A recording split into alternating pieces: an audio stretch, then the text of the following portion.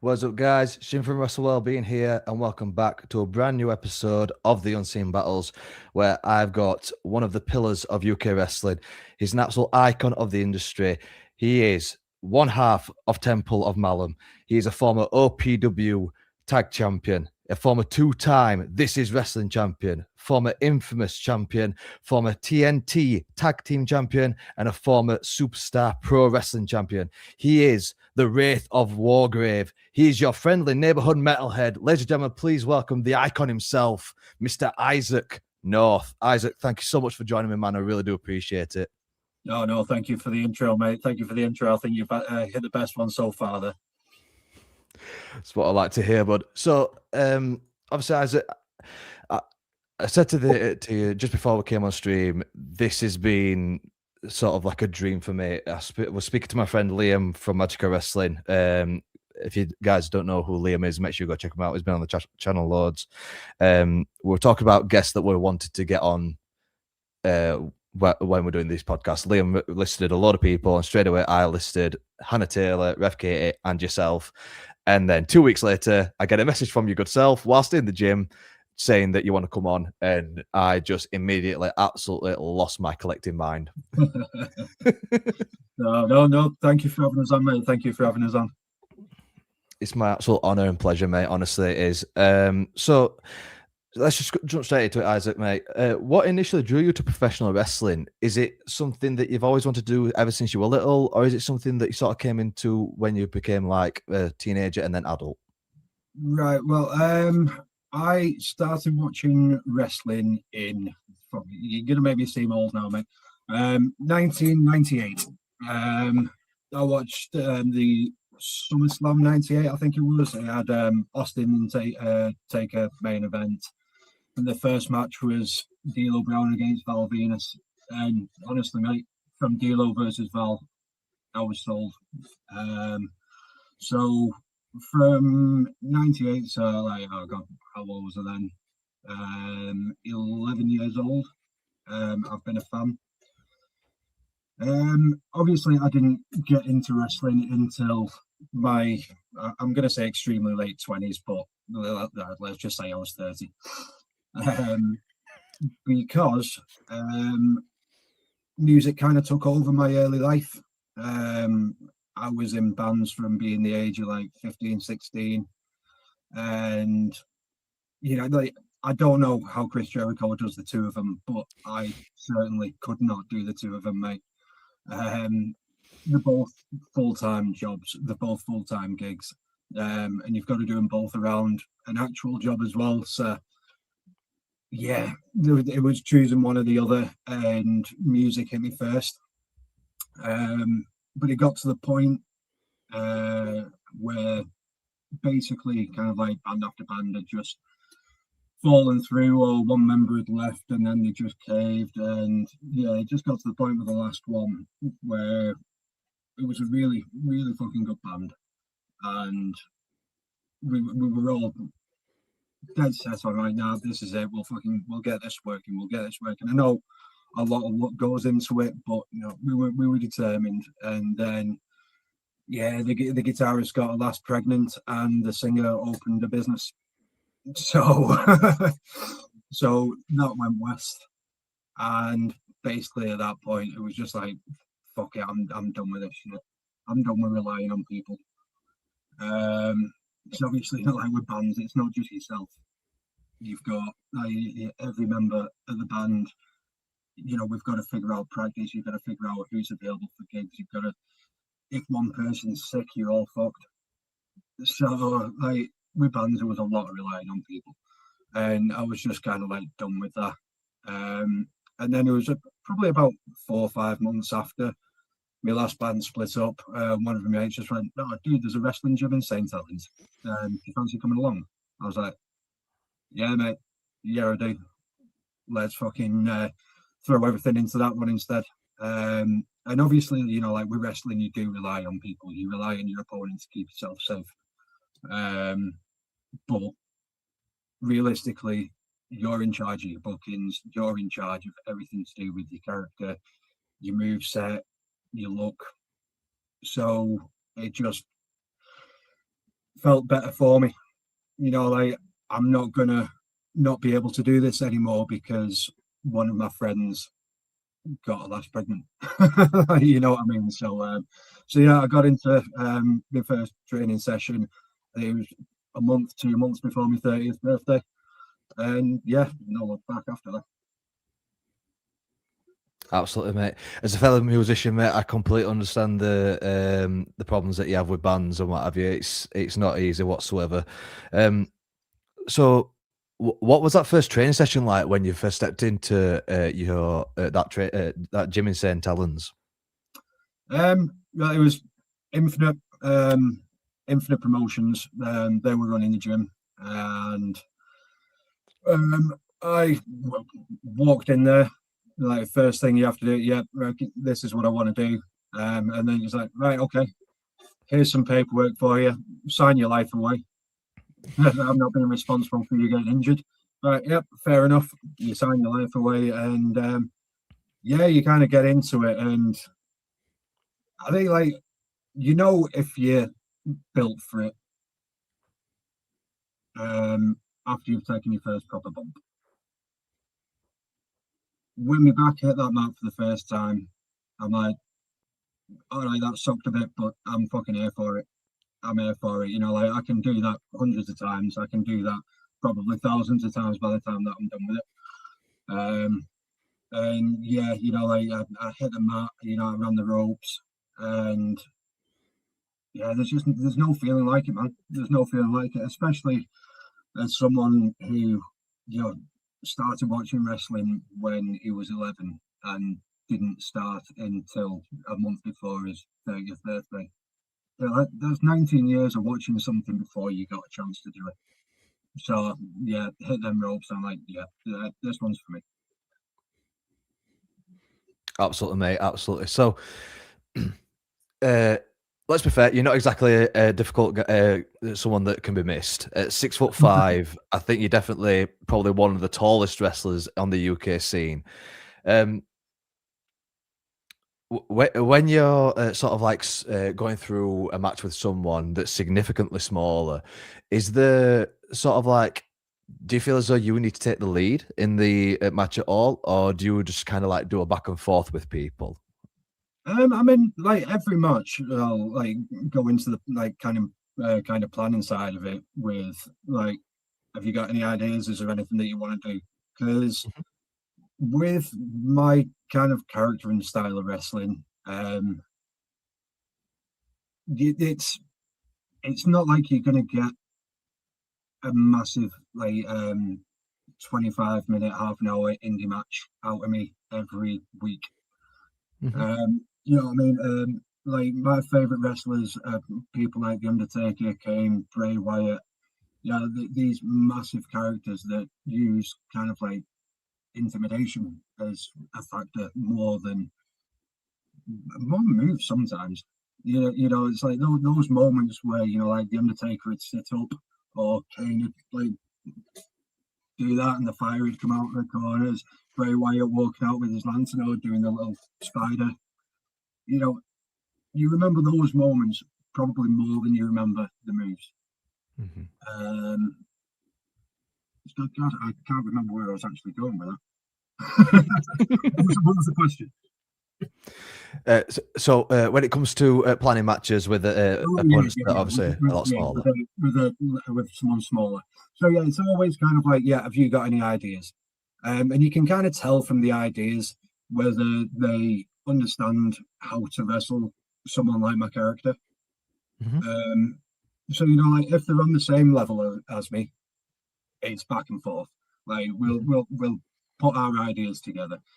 If it's kind of like they're a deer in headlights with it, because it's not like you get to face a demon or whatever the fuck I am. It's not like you get to face someone like that every week. So I completely understand when people don't really know how to put a match together with my character. Mhm. In those situations, I'll take more of a lead on it, but Mhm. it's not like I'm ever kind of like, no, this is what we're doing. It's never like that. because like we're both in there to make each other look good. I don't necessarily know everybody's move sets. I don't know what the gimmick is. Like we go out there, go out there like 2, 3, 4 times a weekend sometimes. I can't remember everybody's shit. So if you don't come to me with any ideas, and even when I'm kind of like saying, all right, this is what we'll do, then I need you to fill in the blanks with your stuff. Even then, like someone will come in and go, all right, okay, no worries. Well, what I'll do then is I'll shoot you off, and then I'll give you a clothesline. I'm like, no, you won't, mate. It's like, I understand that's what you'd normally do in this situation, but first of all, you're not whipping me off. Right, you're going to give us 1, you're going to give us 2, you're going to punch me a few times, then I might let go of the rope, but I'm still reversing it and you're going. So it's just those little psychology moments that not everybody understands, and in those situations, I will take more of a lead and kind of like help them through what wrestling somebody like me is like, I suppose. Absolutely sound, mate. So obviously when you're against someone a lot smaller, like you just said, and they're wanting to do a reversal into a clothesline, that's obviously not realistic for them to do, obviously with you being so tall. Is there anything that anyone's pitched to you that you just like I completely flat out refuse to do, sort of thing? Any like big moves, something like that?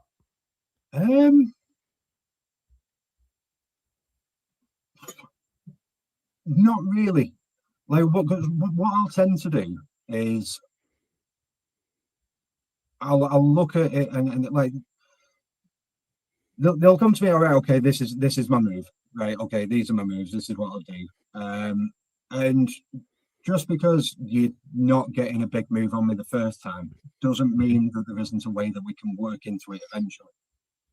And I'm not one to kind of say no to moves. Like I'll pretty much take anything, mate. Like I'm happy in hardcore matches. Like I've been in death matches. There's nothing really that you're going to say to us in a wrestling match, like where I'm going to go, nah, I'm not doing that. Like I think, like I'll take suplexes on the outside of the ring and shit, man. Like, if I'm saying yes to that, I'd be a bit of a twat if I'm saying a no to a move in the ring. But like I said, like you just work to it instead of just going, right, okay, bell's rung, okay, now I'm hitting you with a fucking razor's edge pile driver. Like, no, mate, that's the last thing you're fucking doing. Like, we can work to that if you want. But so yeah, I wouldn't say that I've ever flat out refused, but I've definitely gone, okay, we'll work to that instead of you just hitting it there. Definitely, mate. So, like I say, mate, you've been in the industry for quite a number of years. What would you say has been some of your most memorable moments or matches so far? It's always weird, this one, because a lot of people will go, oh, I wrestled this person, like this big name, or I won this title on this date. And honestly, the kind of like moments that stick out to me, and more the match types that I love doing. One of my favorite matches is like a casket or a coffin match. Absolutely love it. I understand that not everybody can get hold of a coffin easily, but like I've had the pleasure to be in one, and I've got one coming up, not this weekend, the one after, for the Pro Wrestling for You heavyweight title. So yeah, I'm looking forward to that. 3 Stages of Hell. I love doing that because you've got a couple of different match styles in there. I had a fucking I'm going to say amazing. I'm going to say amazing from my perspective. But 3 Stages of Hell match with Sonny Durson. This is wrestling. Fucking love that match. Just like anything like hardcore or just something out of the normal. I'm all for that. All for it. And they're the kind of bits that stick to me more than the title wins. But if we're like picking out, like a moment that I'm proud of, then it's got to be charity show that we did for Alex Conity last year. Who do you know Alex? Did you know Alex at all? I only came into the UK scene sort of like last year, so I didn't actually know Alex. Well, like Alex Conity and like old James Roddy started coming along to I think it was Paramount Pro Wrestling at the time, coming along to those shows, and they have primordial dwarfism. So the parents had come along with them like literally every show in the area. They'd all be there. And unfortunately, last January, Alex passed away. Which was like it was hard for the Northwest wrestling scene, to be honest. Like the amount of love that they showed him was like amazing. But Infinite Promotions put together a charity show. I think it was April or May last year, where we had pretty much, I think it was like 5 or 6 champions from different companies around the Northwest all coming on to this wrestling show. Just we had one match where it was all the champions in the area, and at the end of that match, like I hit the choke bomb for the finish, and one of the lads in there stops me and points to James, who's obviously just lost his best mate, and I go out to the crowd, pick James up over the barrier, get him into the ring, and let him take the 3 count. And you know what, mate, that was a proud moment for us. Like seeing that lad's face and knowing what that did for him. That's the kind of reason, like, other than my enjoyment of it, but that's the kind of reason, like why we do this shit. Absolutely, bud. Amazing, that, mate. Really do appreciate you sharing that. So, also mentioned earlier about you being one half of Temple of Malum. Liam from Magical Wrestling puts a question to you to talk about the origins of Temple of Malum. So, how did you get started with that route, mate? Right. The first time me and Rob tagged together, I'd never met the guy before. I knew of him. I mean, because of his big brother in his last name. But we were in Burnley, I think it was. I think it was Burnley. And we just got thrown together in a tag match. Really enjoyed working with the guy. Enjoyed the tag match. Enjoyed planning with him. He understands my character, and he kind of takes the lead on like kind of planning the matches. Like he's a perfectionist, I'm laid back, so it was nice having somebody else kind of do the arguing for me. Like it'd be him going, "No, mate, you're not whipping him off, right? What you'll do is you'll fucking try." So he took over a lot of that. But yeah, so we had that tag match in Burnley. And I was running a program with MVK at TNT at the time. When that program finished, Jay Apter said to me, "Right, I want you in a tag team, lad. I want you in this like monster goth group. I want you just running through everybody. Like, have you got any ideas on who you'd want as a partner?" Yeah, I do. So yeah, messaged Rob, and the rest of that was the rest of that's history. Absolutely, mate. So, mentioned earlier about your numerous accolades when you won the TNT Tag Team Championship with Rob. How did your mindset change, if at all, when you're working as part of Temple of Malum versus competing as a singles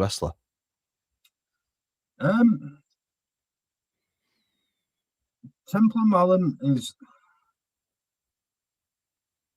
I don't want to say more enjoyable, because Mhm, I love working every show. Like, mhm, I don't really get on to the kind of like wrestling in front of three men and a dog shows anymore. You know, like there tends to be like a semi-decent crowd in most places that I go, at least a big enough crowd for it to sound like this one. Um, so I don't want to say that I don't enjoy being a singles wrestler at all, but because Rob takes the lead on a lot of the planning, and there's four people in there, so you've mhm, only realistically got like your stuff to remember. That's one of the things that people do when they start off that is just going to mess with you on tag matches, is they try and remember everybody's bits. All you need to remember is what's happening before you do your shit. You don't need to remember what they're doing. You need to just, okay, there's my signal. This is my point. So um, it's a lot more chilled out for me. Like, I know that I can turn up and all I'll need to do is throw ideas in. You know, like I'll not have the stress of having to kind of argue with people and go, no, I don't really like that. Like I said, he takes the lead, man. So I have a more chilled out time as a tag team wrestler. mhm. Um, but like I said, that doesn't mean that I don't fucking love being out there on my own, coming out to my own music, getting all the attention. You know, I do love that as well. But I'd say like tag team wrestling, while you know, like it does have its own psychology, is a lot easier, at least on my body anyway, and my mind. Definitely, bud. What another question from Liam about Temple Malum. When did Violet get added? When was that idea sort of like thrown about, and who came up with that idea? Well, this Temple of Malum is me and Rob. Mhm, Um, Wherever we are, you know, that's the tag team. At TNT, Temple of Malum has got Lana Austin and he's got Joe Kessler as well. mhm, At Wrestling in Newcastle, we've got Violet Vendetta. That is more through me. Obviously, Lana is more through Rob. Um, Violet was my manager um, for I don't know. It was probably around about the same time as as Malum starting that I started having Anna coming out. Violet, sorry, started having Violet coming out with me. Um, but yeah, we met at Pro Wrestling View in Stoke, and the mhm, promoter just said to me, "Violet wants to speak to you." We got chatting, and yeah, she starts coming out to the ring with me, and I think initially I got booked in a singles match up at Wing. mhm. So Violet came up with me for that match. And then they're like, right, we've got this idea with tag team, bring Malm up. So obviously then Rob came up, but Violet was already with me. So I mean, she was more with me than with Rob. but yeah, that's how Violet ended up with Templar Malm up in wrestling in Newcastle. Okay, well, thank you for sharing that. So, you mentioned obviously that you were in a band. You're obviously a very avid metalhead. Um, you also mentioned that you're a big fan of Taker, Kane, and also Bray Wyatt. Would you say that obviously your influence with heavy metal and then the influence from those three wrestlers sort of like influenced the development of your character itself? I'd say that those two elements are 2/3 of it. Yeah, you Hmm. completely forgot horror movies. Horror movies as well. But yeah, I kind of like I do that. I take inspiration from anything that inspires me. Really, Hmm. you know, I'm not just holding that to wrestling. Um, because let's face it, if we're just taking inspiration from wrestling, then it's all already been done before. Hmm. So, you know, you've got to get some ideas from somewhere else.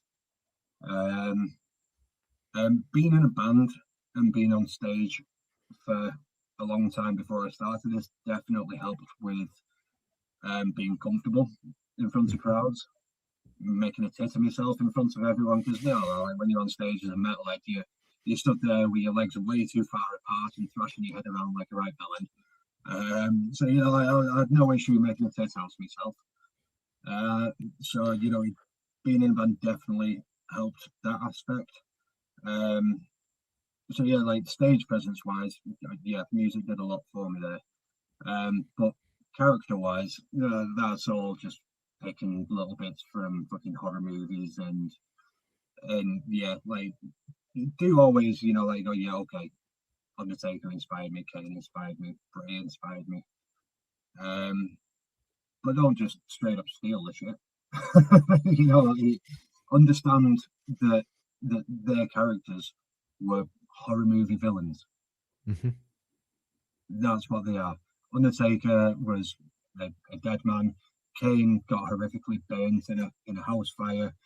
Bray Wyatt was a fucking hillbilly living out in a shack. Yeah, these are all horror movie villains. So instead of going, okay, I want to be one of them, it was, I want to be a horror movie villain.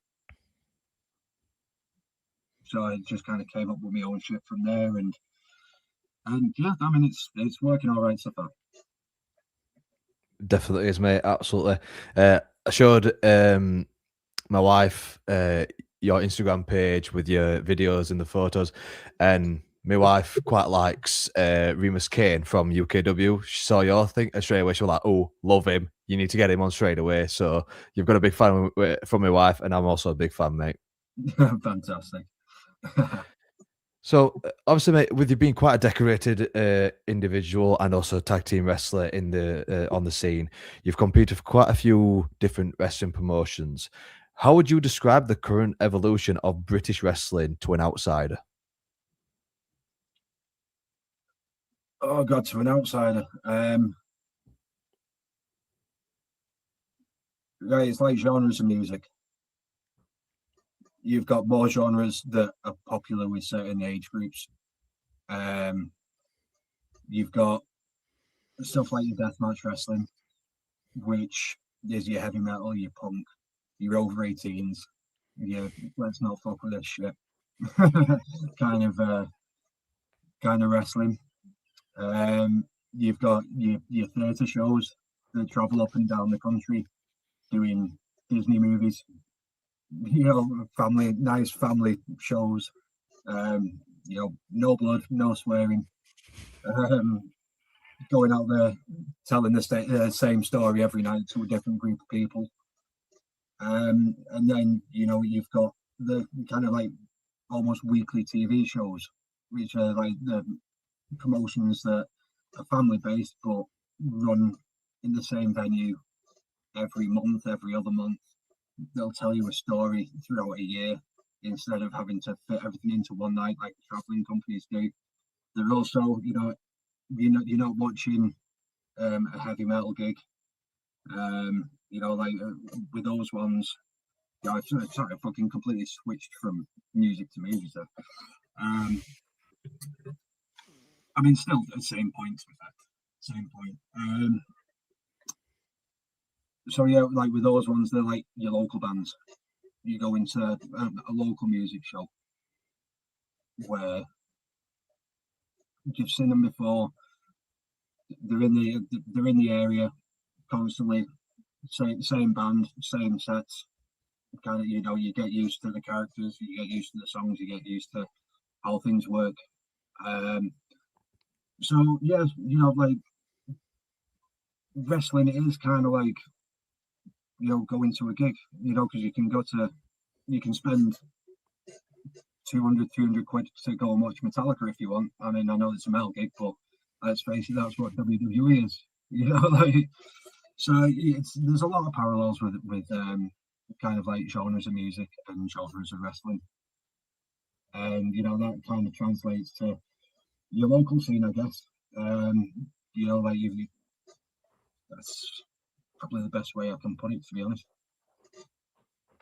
Absolutely, bud. So before I came on, we also spoke about a very good mutual friend of ours, Mr. Peter Dotson, someone who you've had quite a great rivalry with.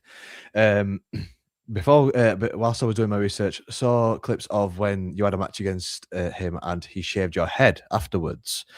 How did that come about that you were to have your head shaved if you lost the match? Right, so that one, obviously, like you'll have just caught the clip at the end of it. What happened with that match? I was in a multi-man match. Hmm. It was me against Oberman, Kessler, Dan Evans, and Tim Strange. Hmm. Um, and I was in a storyline with PL. He was playing the twatty GM, and I'm playing the monster that he wants to control, but he can't. Hmm. Um, and at that point, we'd got to the point in the story where it was like he understands that he can't control me now. So if he can't control me, he's going to have to humanize me and beat me. So at the end of that match, I mean, it was my idea because, to be perfectly honest, mate, it was all getting a little bit thin on top. Them spotlights weren't doing me any favors. So it was just like, right, mate, I'm shaving my head. You get first dibs if you want to use that in the story. It was like, fucking damn right.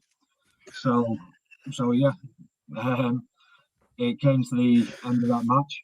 I was like, right, guys, get involved, drag me out, fucking choke me out with a train, and do what you got to do. Fantastic, mate. So, what's it like working with PL Dotson? Because obviously, I've had him on the channel. He's a really sound bloke, really nice guy to talk to. What's he like backstage? The same as he is everywhere else, mate. Put together and professional. Um, Fucking hard worker, lovely bloke. You know, as per normal, the complete opposite of his character. Um,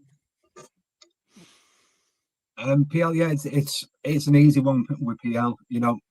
He understands and like respects the kind of character that I am, and understands how to work that. Mhm.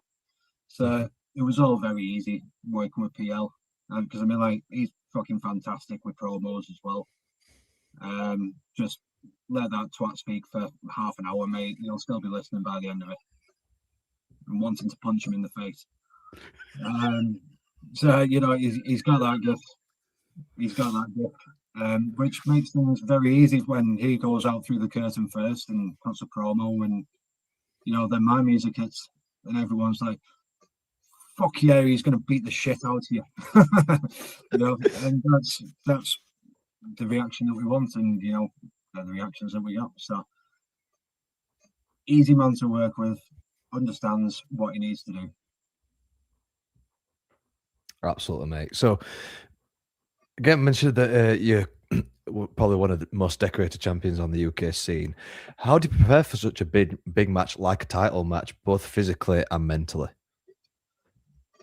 Um,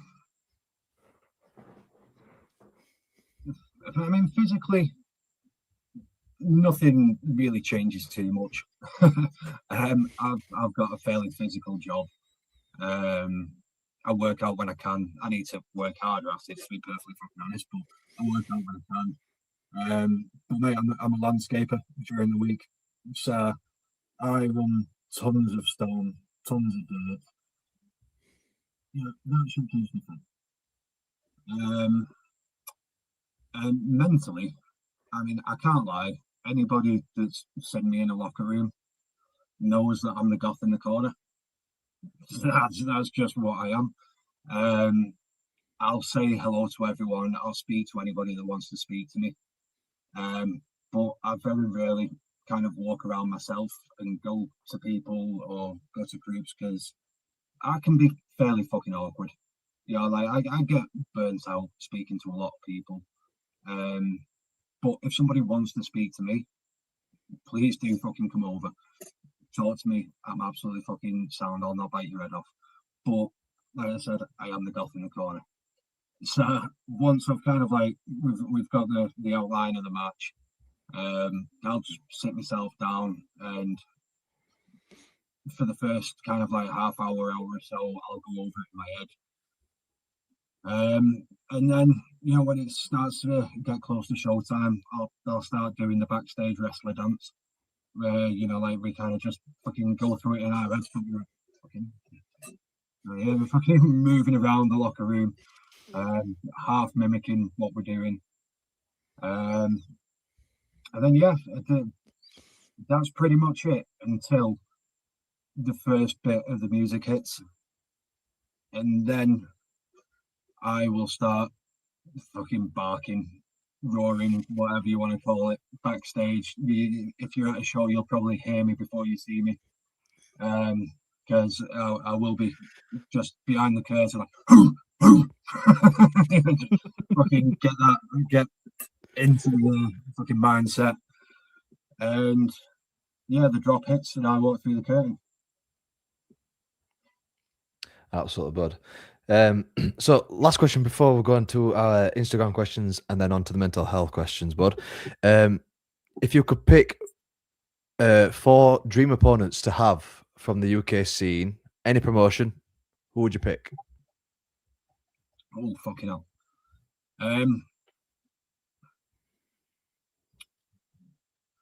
Leonardo Darwin, Rise TNT, we both work there. Fucking amazing character. Absolute cunt.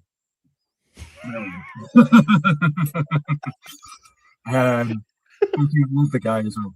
Absolutely love him. So Darwin, definitely. Keeping with the kind of like TNT and Rise crew, I would fucking love a match against BA Rose. I think me against him would be absolutely brutal.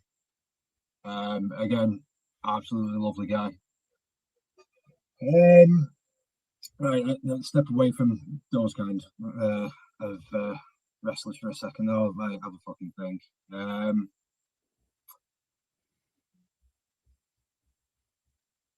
I'd love to run it back again with Liam Carr. He's one of my best mates in wrestling. And basically, when I started, he was a 16, 17-year-old skinny lad with fucking long ass hair. And like, yeah, when it comes to like wrestling, me and him will always have a banger. So like, yeah, all right, we've had him before, and you want to talk dream opponents. And it's always a dream working him. Always a fucking dream working him. So I'd throw Liam back in there. And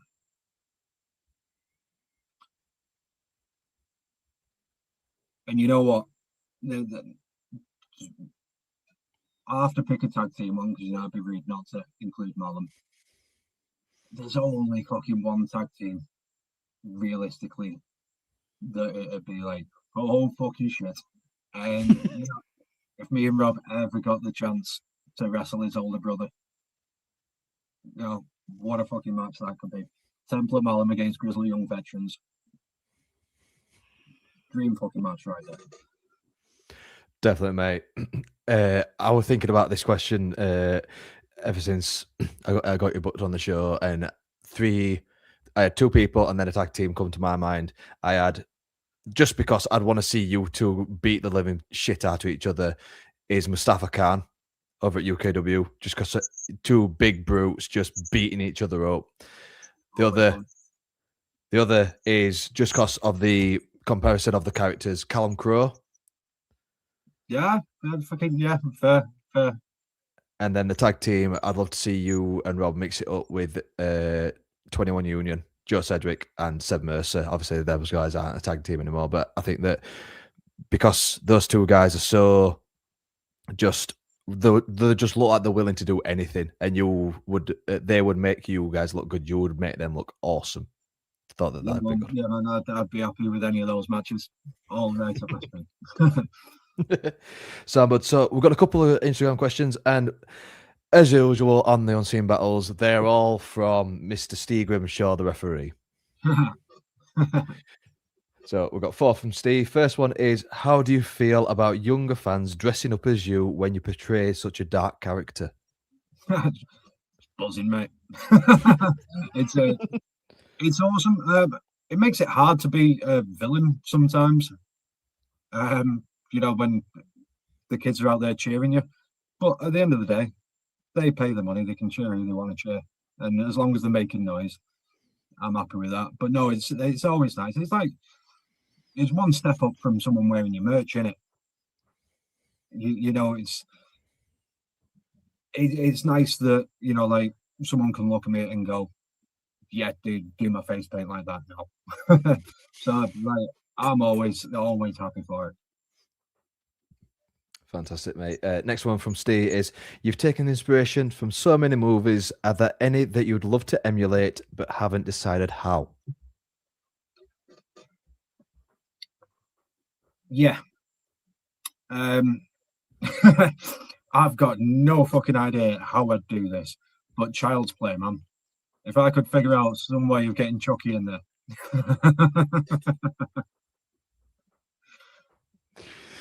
I don't even know how I'd do it. I've got no fucking.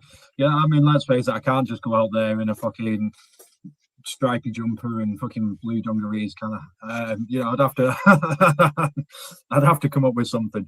But yeah, man, like, if I could figure out a way of using Chucky, hands fucking down, I'd be doing that one.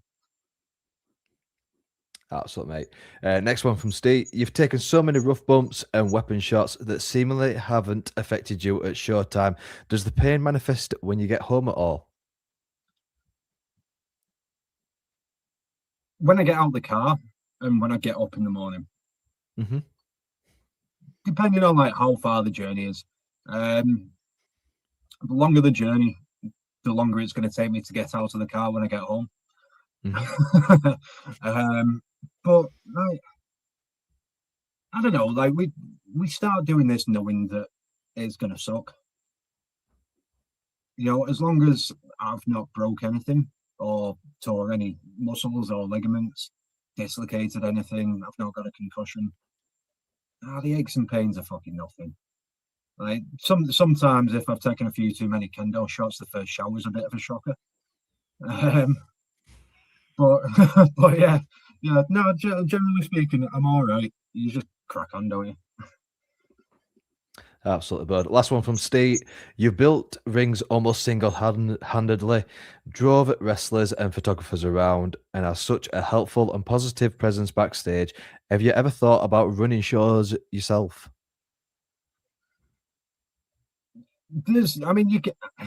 I can't say that I've not thought about it, and I can't say that I've not tried to kind of put plans together. But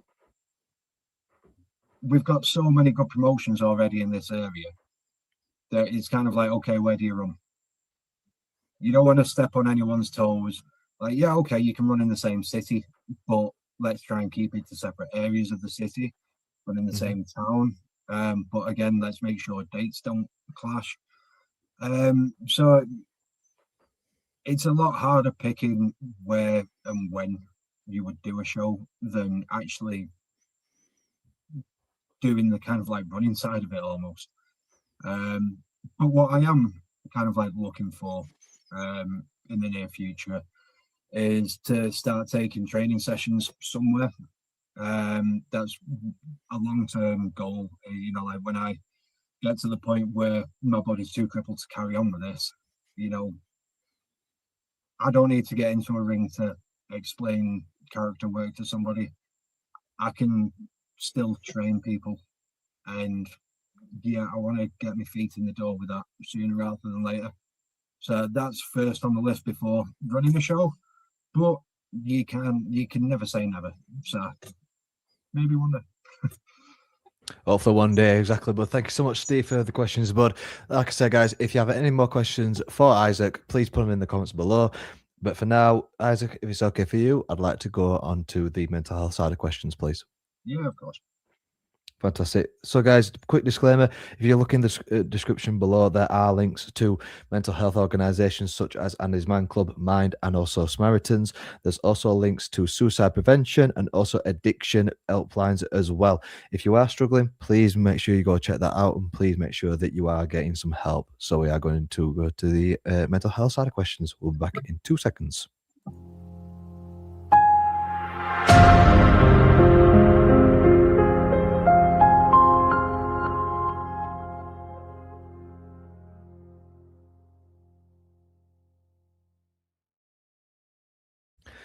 So, mate, to start off, can you tell us what's your biggest fear?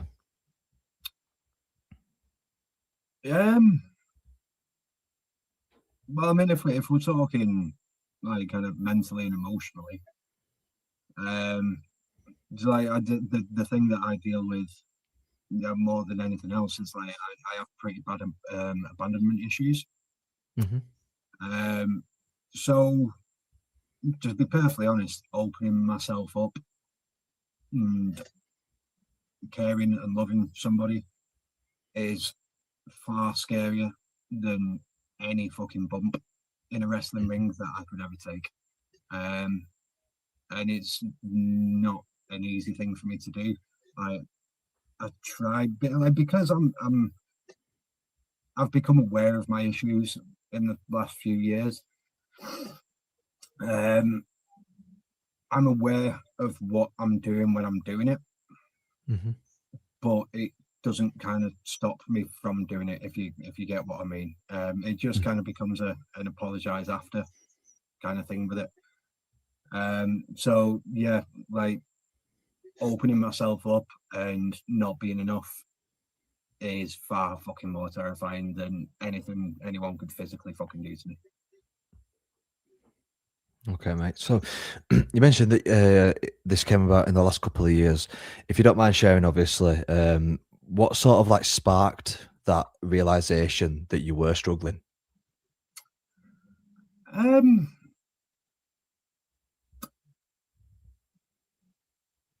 it was a few things, and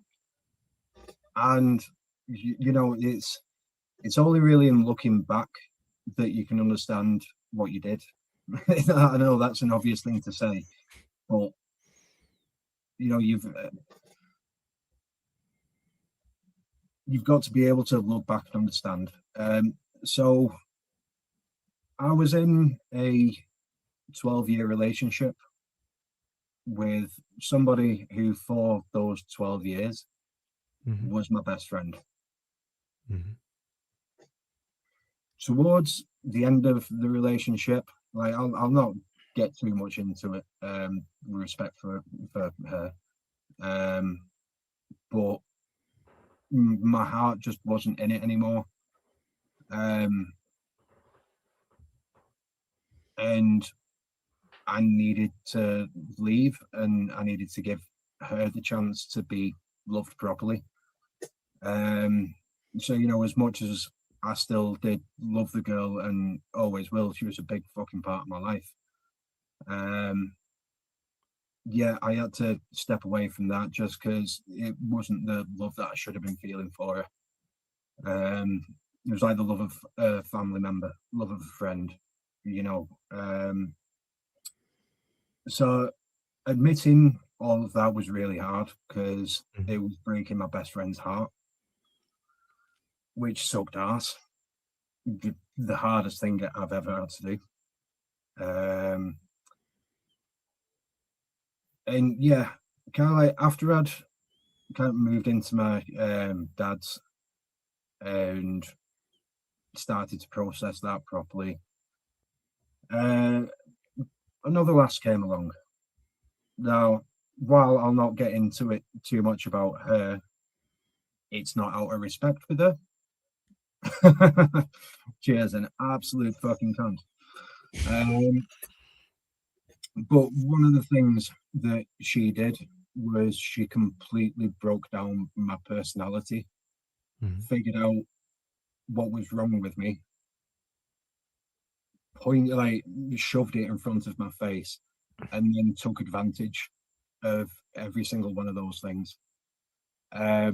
So I mean, it was that point when everything kind of like clicked.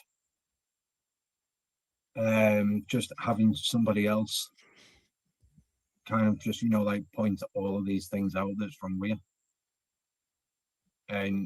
you, and and while like she was completely fucking wrong for sitting there and going, "This is wrong with you, that's wrong with you, that's wrong with you." I can't say that it was the worst thing to happen, because at the end of the day, now I do understand myself more. I Mhm. understand why I do the things that I do. Um, yeah, so having somebody who, again, yeah, like I said about being my biggest fear, having someone that I opened up to, um, completely tearing me apart, was the point when I knew that, no, all right, okay, this is fucked. There's something up here. Absolutely, mate. So, how would you say that your abandonment fear and that sort of thing, how would you say that that translates over to wrestling, if at all? Oh, 100% translates, mate. Isaac is my therapy. Have you fucking seen him? He's a fucking serial killer, ghost, clown, wraith fucking thing. That motherfucker's a demon. Like, he's where I let my anger out, and Mhm. it's not at my opponent, but just in being that character. Um, there's just something incredibly therapeutic about going out there and just taking a filter off and just being an animal. Um, this is why, like I'll grunt and I'll roar, and I'll do weird shit in the ring. Like, it just pops in me. The first thing that pops in my head is like a couple of months back, like I'd won a match and I was on my knees and I fell backwards. And for no reason at all, I just crawled backwards, grabbed the rope, and hung my head off the apron backwards, just being a fucking weirdo. And there was no thought process behind that. That's just taking a filter off and letting yourself be an animal and letting yourself be raw, not worrying about what anyone else is thinking, and just fucking being in the moment. Um, and that means so fucking much, um, to me, that honestly, when my body's fucked, I don't know what I'm gonna do. Might actually have to go and pay for fucking therapy. Great stuff, mate. So, uh, would you say that it makes it easy on yourself if you have someone that's willing just to let you go ham on things like that and just be, be got a lot of people know you as quite hard hitting, someone who is, like you say, really sort of like intimidating person. Is it easy for you when someone just says, "Yeah, do whatever you want, mate.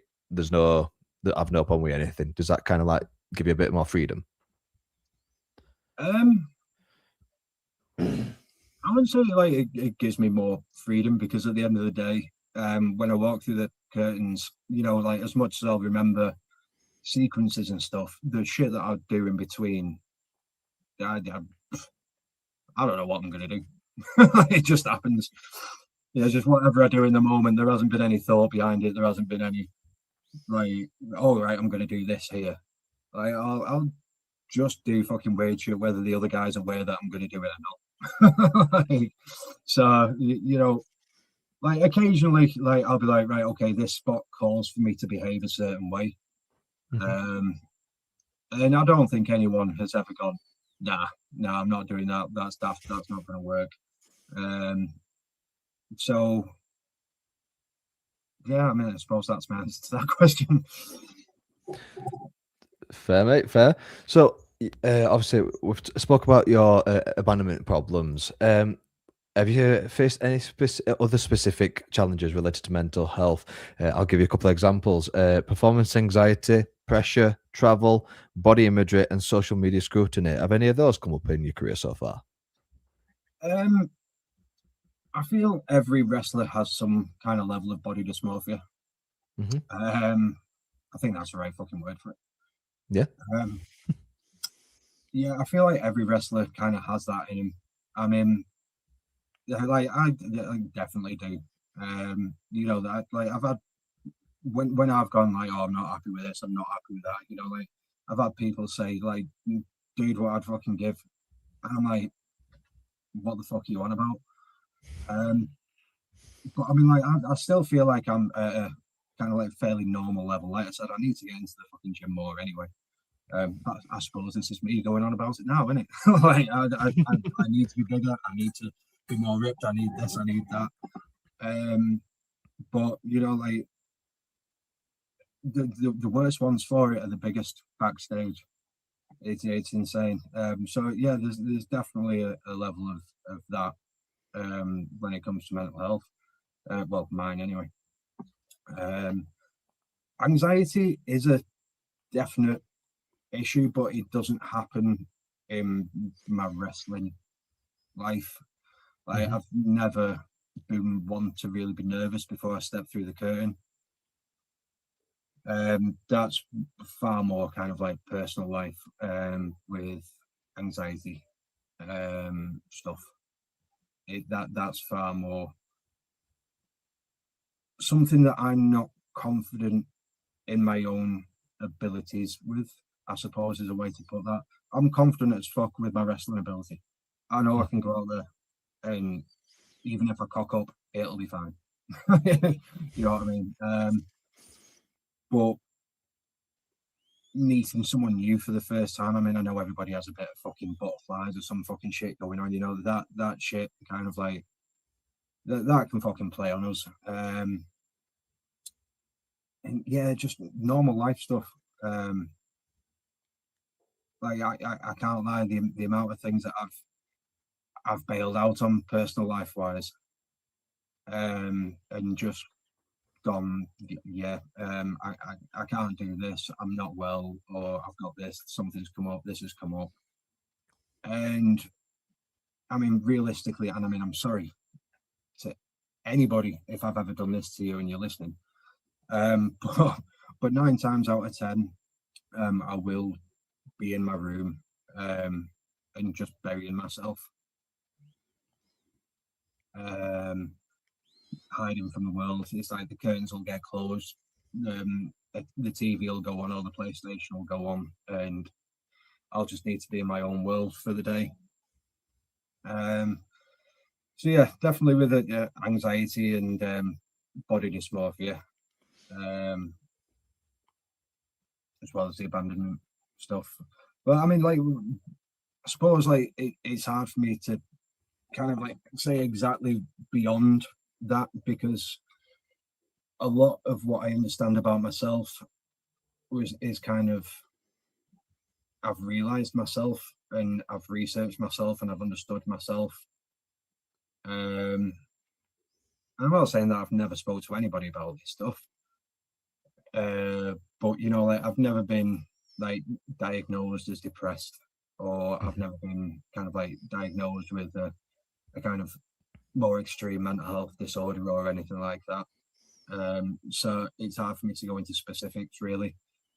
But I mean, part of this comes from like my own head in going, right, well, I'm not doing that bad because I don't want to kill myself. So I don't want to take up somebody else's space who might really fucking need it.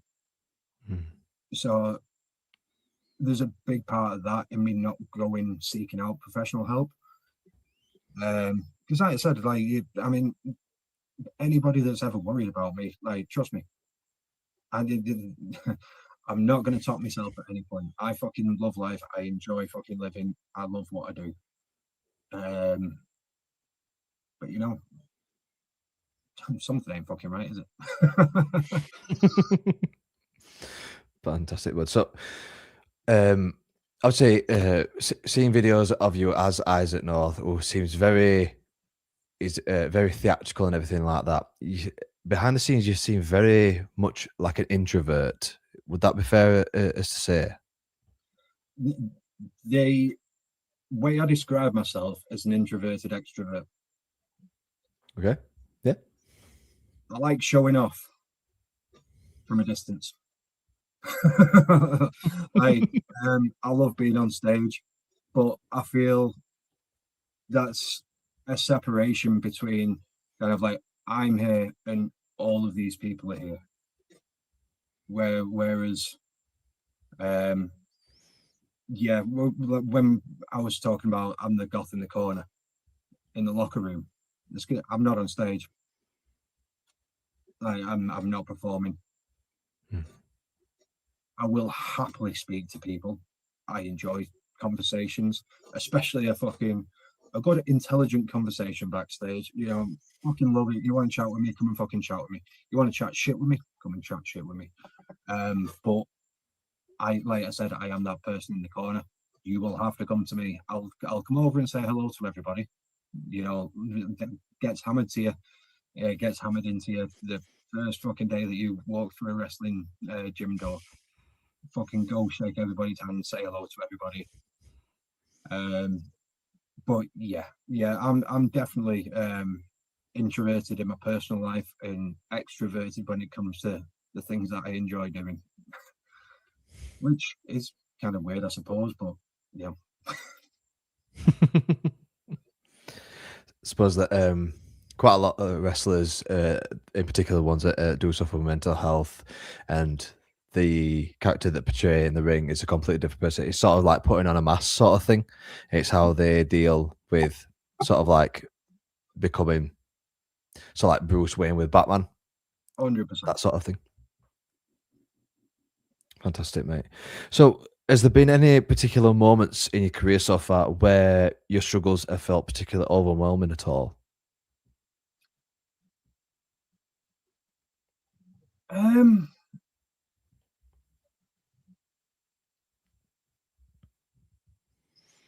yeah, but Mhm.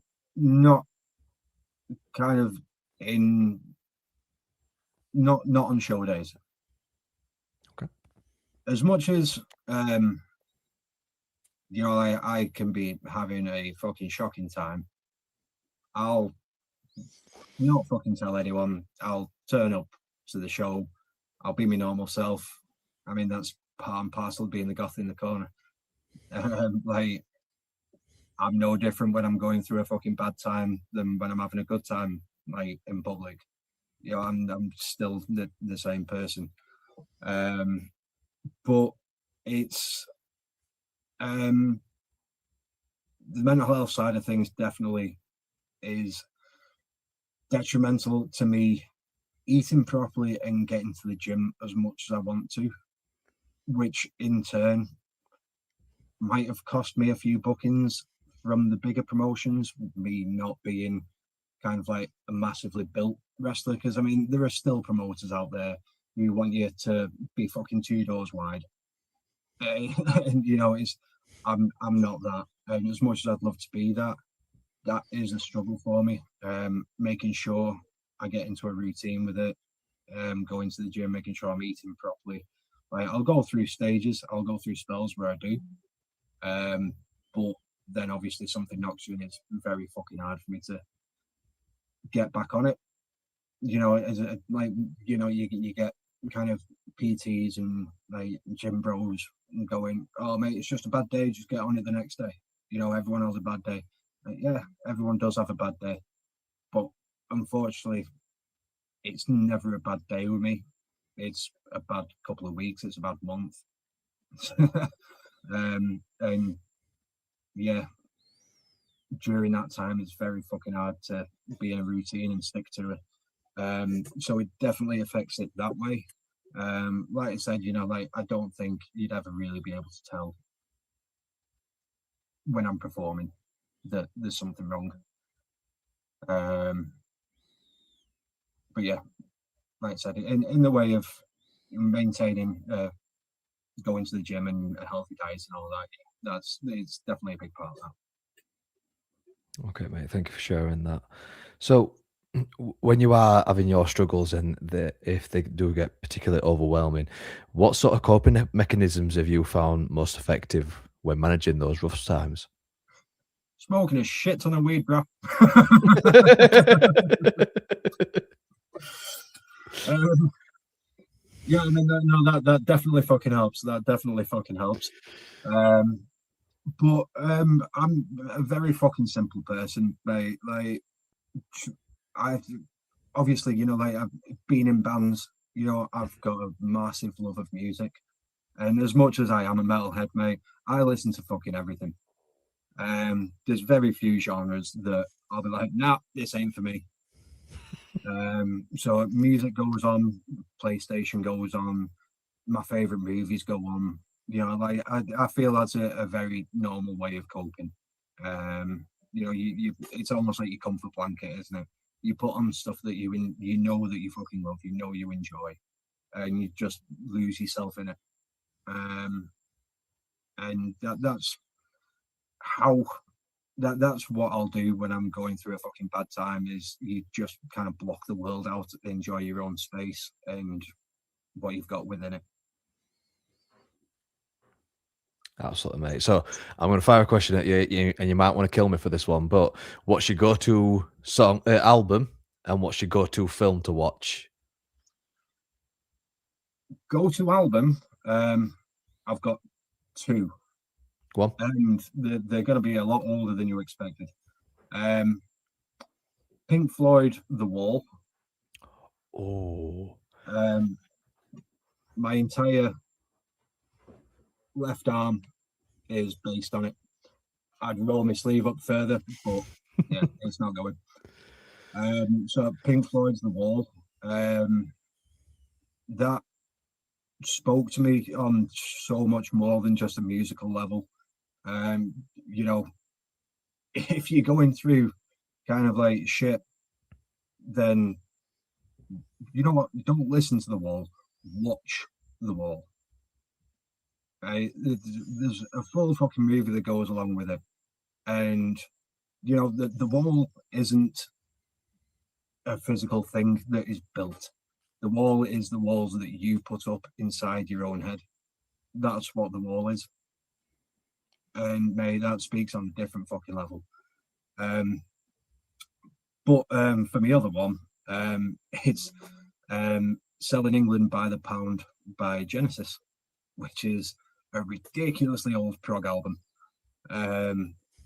But there's just something about that music that just fucking sucks me in, man.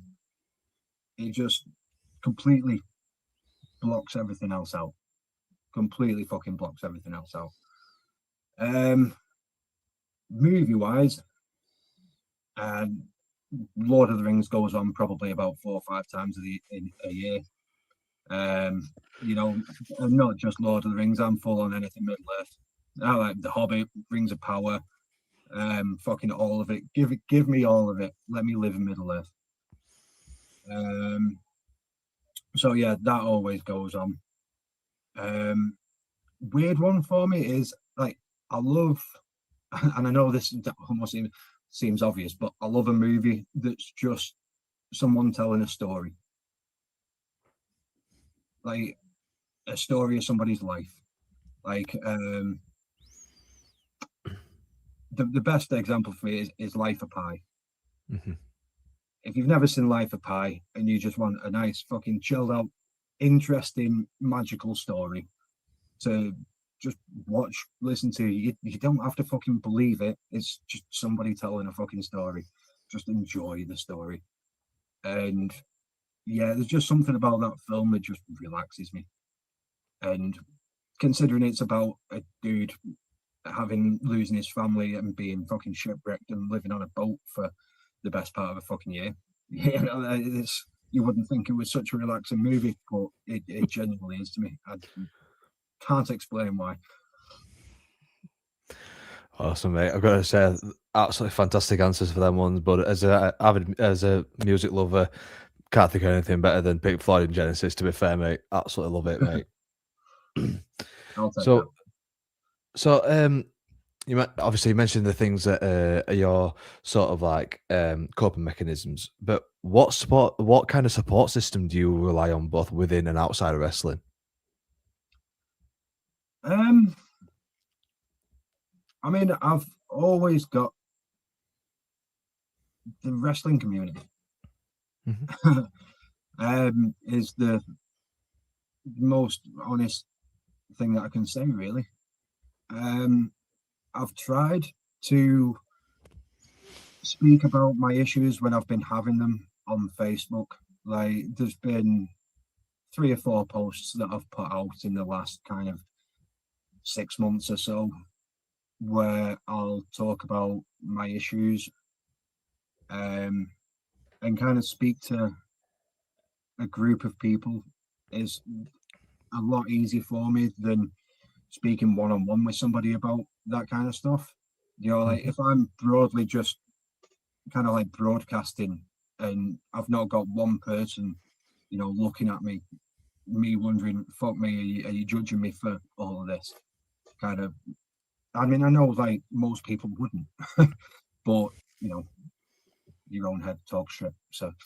Um, so yeah, speaking to people, um, on Facebook when I'm going through a bad time, like I've tried now, put a post out on Facebook, and it's partly for my own therapy, um, kind of like holding myself like kind of accountable, I suppose. Um, Kind of going, no, right, this is what I'm going through. This is how I'm dealing with it.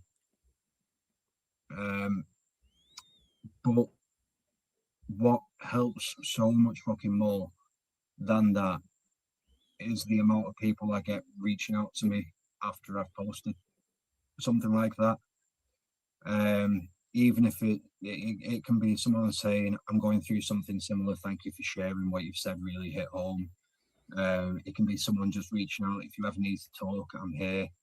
um, and the thing is, like, once you realize you've got those people reaching out to you, you suddenly don't need to talk. Mhm. You're like, nah, shit will be all right. I've got these people that love me. I've got so many fucking people that will reach out. And I know not everybody has that, and I'm incredibly fucking lucky for it. But my support network is everybody. Absolutely, mate. So, as I start to wind down, bud, what message would you give to someone that's watching, whether that be a wrestler, whether that be just a random person? What message would you give to that person who might be struggling with their mental health in silence? Um, Try and find out what switches the light back on. I suppose focus on the things that you love. Focus on your hobbies. Speak to people. It doesn't have to be about your mental health. If you want to talk shit about a TV show, an episode of a TV show that's just come out that you fucking loved or you're pissed off about. If your favorite sports team has just lost or won, reach out, speak to people. It doesn't have to be about your mental health. And I'm not saying that you shouldn't treat it, but figure out what keeps the light on and or turns the light back on and do those things. Stop, like, I can't really say just like stop fucking just sitting there and being quiet, because I mean sometimes that helps. I can't fucking lie. There's days where it's like, no, I need to just be in my room today. I need to not speak to anybody today. Um, but that in itself is something that I occasionally need to do to make sure the light stays on or comes back on. So yeah, just try and focus on the fucking things that you love and the people that you love, and just remember, mate, that you're not alone. At the end of the day, as much as you do fucking feel it, and as much as it's a cliche saying it, you're not alone, no matter how fucking alone that you feel. Like I'm out there with hundreds of people in front of me every fucking weekend, and I can feel alone, but I'm not. You know, you've got to focus on that instead of going, I am alone. It's like, no, you're not. Look, you've got these people, you've got this, you've got that, you've got somebody. There's always fucking somebody. So yeah, I mean that's the best advice I can give, really.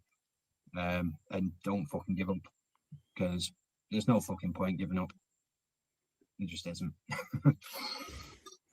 Absolutely, mate. Fantastic for that, buddy. So, finally, mate, what role has wrestling played in your overall mental health journey? Is it been a source of strength? Is it been a challenge, or has it been a bit of both?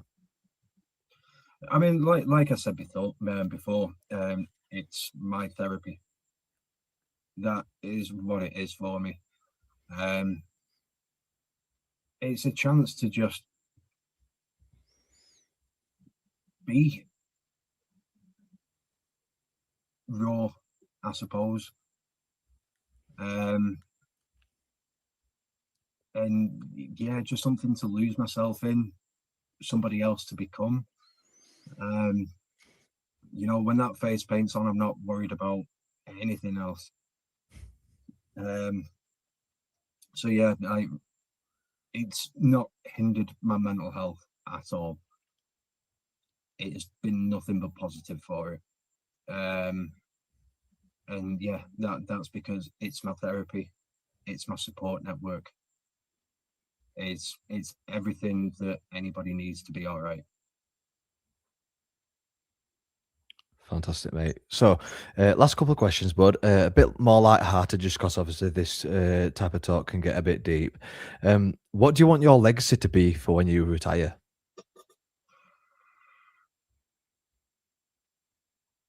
I want to have cool stories to tell people until I'm on my fucking deathbed.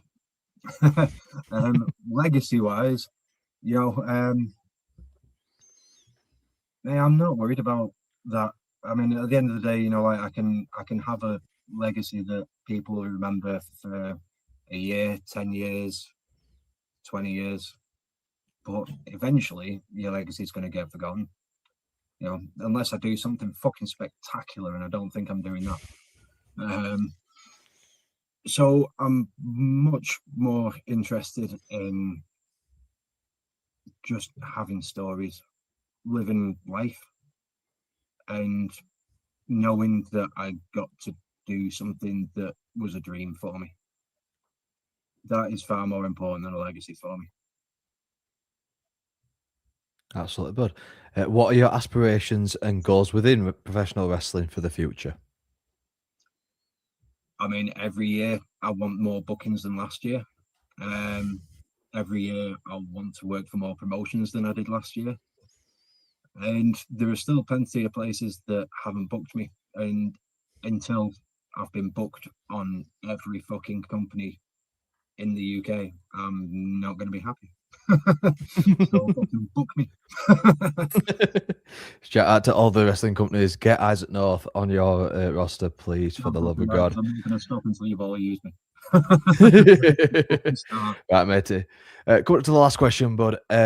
So what I used to ask on the first season of the Unseen Battles is who's on your Mount Rushmore, but I'm going to change it to if you were to have a War Games match, who would be on your War Games team, and you can only use UK wrestlers.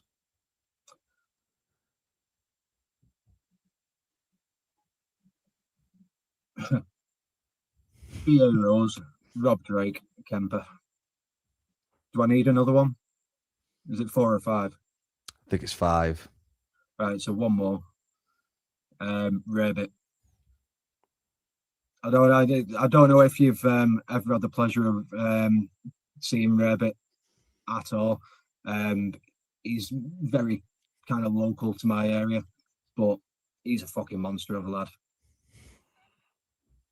Just big dirty monsters. That's what we fucking need in that.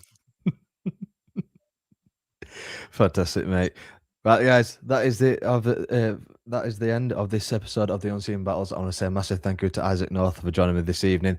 Also, guys, if for whatever reason you're not following Isaac North on Instagram, if you follow the QR code in the top corner just above my head, that is a link to Isaac's Instagram page at instagram.co.uk/Isaac North Official. Make sure you're going to give him a follow. He posts absolutely fantastic photos and videos of all his content and everything. Is a great, fantastic wrestler. Like I say, he's one of the pillars of UK wrestling. To finish us off, Isaac, if you want to take us out, bud, if you want to plug anything, you want to say anything, get anything off your chest, whatever it is, mate, it's entirely up to you. Thank you. Well, if I'm plugging, mate, right, I'm just going to do the next kind of 2 weekends. I've got TNT Merseyside Massacre this Saturday. It's Temple of Malum against Act 2 in a Monsters Ball match for the TNT tag titles. Then on Sunday, I've got a fast track 5-way match at Grand Pro Wrestling in Hindley. Next Saturday, I've got the coffin match at Pro Wrestling for You down in Stoke. And I've got something on Sunday, and I'm going to have to apologise to the promoter because my diary's not in front of me. So have a look for me post. There's something on next Sunday as well. Fantastic. So thank you so much, guys. Thank you so much, Isaac, for joining me, mate. As always, guys, remember, it's okay to talk. See you guys later. See you later.